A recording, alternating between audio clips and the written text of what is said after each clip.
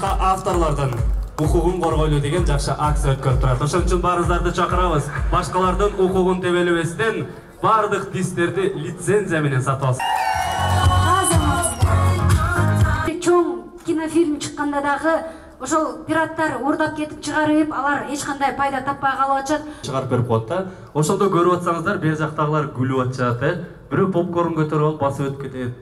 Көрдүңүздөр беле ушундай кадрларды? Катнашчылар мектебине 50% жеңилдетүү жакшылык сизге. Биз таштайбыз.